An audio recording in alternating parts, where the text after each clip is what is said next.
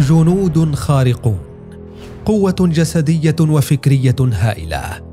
لا يشعرون بالخوف أو الألم أو الشفقة، يركضون، يهرولون، يقفزون، لا يتعبون، يقاتلون ولا يقتلون، لأنهم ببساطة أقوى وأسرع وأذكى من نظرائهم في ميادين المعارك. وحتى إن أصيبوا فإنهم ربما بساعات أو دقائق يتعافون. هنا لا يدور الحديث عن أحد أفلام الخيال العلمي أو شخصية كابتن أمريكا الخيالية الخارقة أو حتى سوبرمان، بل عن مشروع جنود معدلين جينيا تعمل عليه دول كبرى بالفعل، على رأسها الصين التي أثارت الكثير من الجدل حول مشاريعها لتأسيس جيش معدل وراثيا مكون من جنود ما زالوا لحد اللحظة أجنة في أرحام أمهاتهم، لكن اللعب بجيناتهم وتعديلها وتطويرها بدأ لتحويلهم إلى جنود خارقين بجيش صيني مقبل لا يقهر، وهو ما أثار حفيظة الولايات المتحدة التي يبدو أنها في خضم تطوير جيش خارق آخر لكن بتفاصيل مختلفة. فيما تبدو روسيا أيضا ليست بعيدة عن سباق التسلح الجديد لتشكيل جيش بجنود خارقين معدلين جينيا ووراثيا عبر استخدام العلم الجيني لتحقيق القوة الخارقة بدلا من البحث عن معجزات طبيعية، إضافة إلى مفاهيم أخرى بدأت تلوح في الأفق مثل تكامل الذكاء الاصطناعي وأجزاء الجسم الإلكترونية والأطراف ذاتية التجديد وتقنية كريسبر، مع تخليق جنود خارقين مزودين بغرسات تسمح بتتبع المواقع أو الاتصال بأنظمة الأسلحة والجنود الآخرين، ما يفتح الجدل اليوم حول دور هؤلاء الجنود الخارقين في الجيوش المستقبلية، وماذا سيحدث بعد مغادرتهم الخدمة والعودة للحياة المدنية. هل يمكن أن تكون هذه الجيوش مقدمة لإنسانية لا تخاف ولا تتألم ولا تحب ولا تتعاطف؟ جيش الصين الخارق. في عام 2020 قامت الدنيا ولم تقعد في أروقة الاستخبارات الأمريكية. الصين تجاوزت كل الحدود وبدأت مشروع تطوير جنود معدلين وراثيا. بحسب تقارير الاستخبارات الأمريكية، علماء صينيون يتبعون لجيش التحرير الشعبي بدأوا بالفعل مشروع لتعديل الحمض النووي وإدخال جينات محسنة وخارقة على أجنة في أرحمة أمهاتهم بهدف تخليق جنود خارقين لجيش صيني مستقبلي لا يشعر جنوده بأي خوف أو ألم أو شفقة. ولإنشاء الجنود الخارقين تلجأ الصين إلى تقنية كريسبر، وهي تقنية جديدة وبسيطة لكنها قوية لتحرير الجينات. إذ طفت هذه التقنية على السطح في الصين عام 2019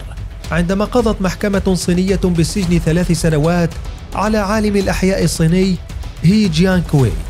بعد أن عدل في جينات طفلتين توأم خلال مرحلة الأجنة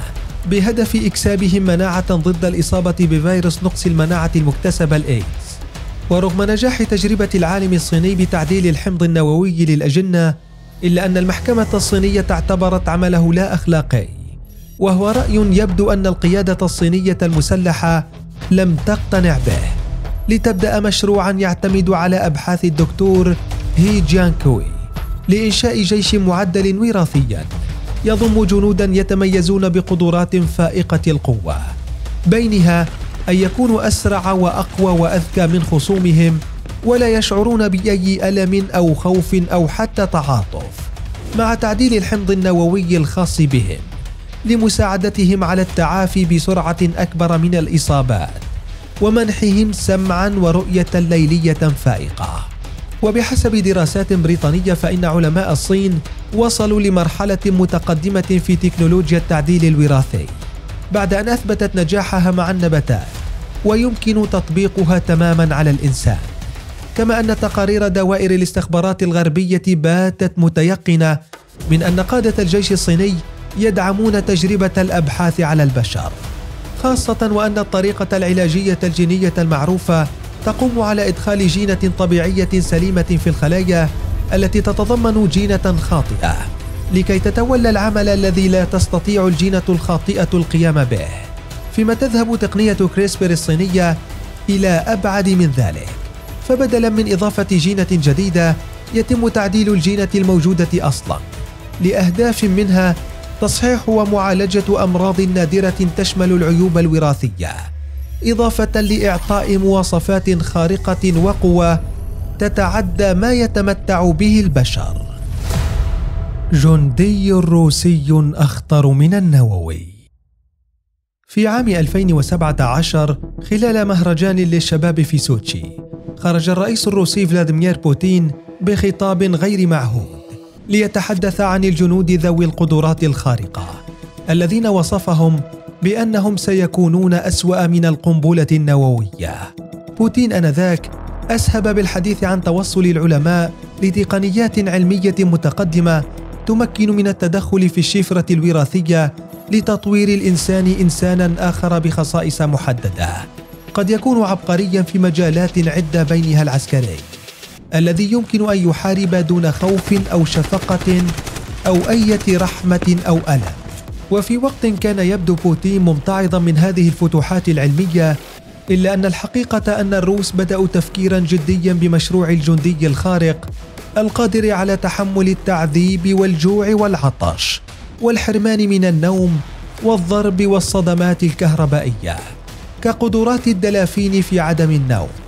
والكلاب السيبيرية القادرة على الركض عدة أيام دون توقف، والخفاش القادر على التنقل في الظلام، والأماعز والخنازير التي تأكل كل شيء. وبحسب أوراق بحثية لعلماء الروس، فإن أتباع نظريات الحياة الأبدية بدأوا يقتربون من فتوحات طبية يمكن من خلالها إبطاء الشيخوخة وحتى وقفها، وهي بحوث تستغلها القيادة المسلحة الروسية لقرصنة برنامج في جينات الإنسان وتحويله لشخص بقوى خارقة من الممكن استثمارها بميدان المعركة. ويبدو أن موسكو تزامن بحوثها الجينية بمشاريع تكنولوجية هدفها أيضا تشكيل جيش من جنود خارقين، مثل ابتكارات لمجموعة ملابس تمويهية ذكية تغير ألوانها بحسب البيئة، وتزويد وحدات الجيش الروسي بنوع جديد من الدروع المضادة للرصاص، وإنشاء وحدة عسكرية روسية اختصاصها قراءة أفكار الأعداء المحتملين، مع تدريب الجنود على التخاطر الذهني للتواصل عن بعد، وإدخال غرسات في أدمغة الجنود تساعد في استيعاب اللغات الأجنبية وتسريع الشفاء من الإصابات وتقليل مستوى آلام الجرحى. ومن بين القفزات التكنولوجية التي تستهدفها روسيا لتأسيس جيش بجنود خارقين، اختراع بدلة عسكرية تعمل بنظام راتينك يطلق عليها اسم بدلة سوبرمان، وتتضمن أحذية مضادة للألغام ومضادات حرارة لإخفاء الجندي من مستشعرات الأشعة تحت الحمراء، كما تحتوي على مضادات رادارات، إضافة إلى خوذة متصلة بطائرات صغيرة جوية تلتقط صوراً بالمناطق التي يداهمها الجنود وتعرضها بشاشة الخوذة. وترتبط الخوذة بغرفة العمليات العسكرية التي يستمد منها الجندي الأوامر والخرائط. الرجل الحديدي الأمريكي. لا تقف الولايات المتحدة موقف المتفرج مما يحدث في الصين وروسيا، إذ يبحث البنتاغون الآن بدوره في مجموعة من التقنيات مثل التحصين ضد الألم والتخاطر والهياكل الخارجية،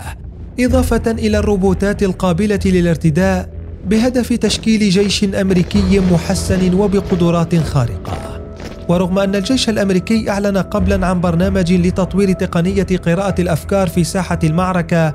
ونجح في فصل إشارات الدماغ التي تؤثر على الفعل أو السلوك عن الإشارات التي لا تؤثر، بهدف تواصل الجنود عبر موجات الدماغ،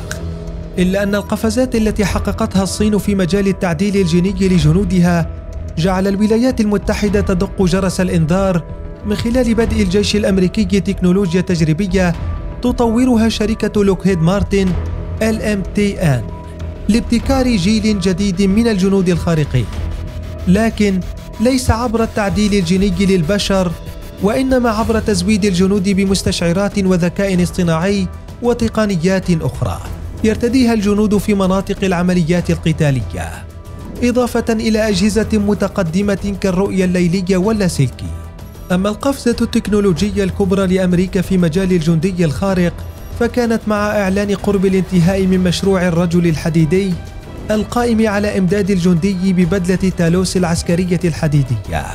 وهي مضادة للرصاص بها نظام ذكاء اصطناعي،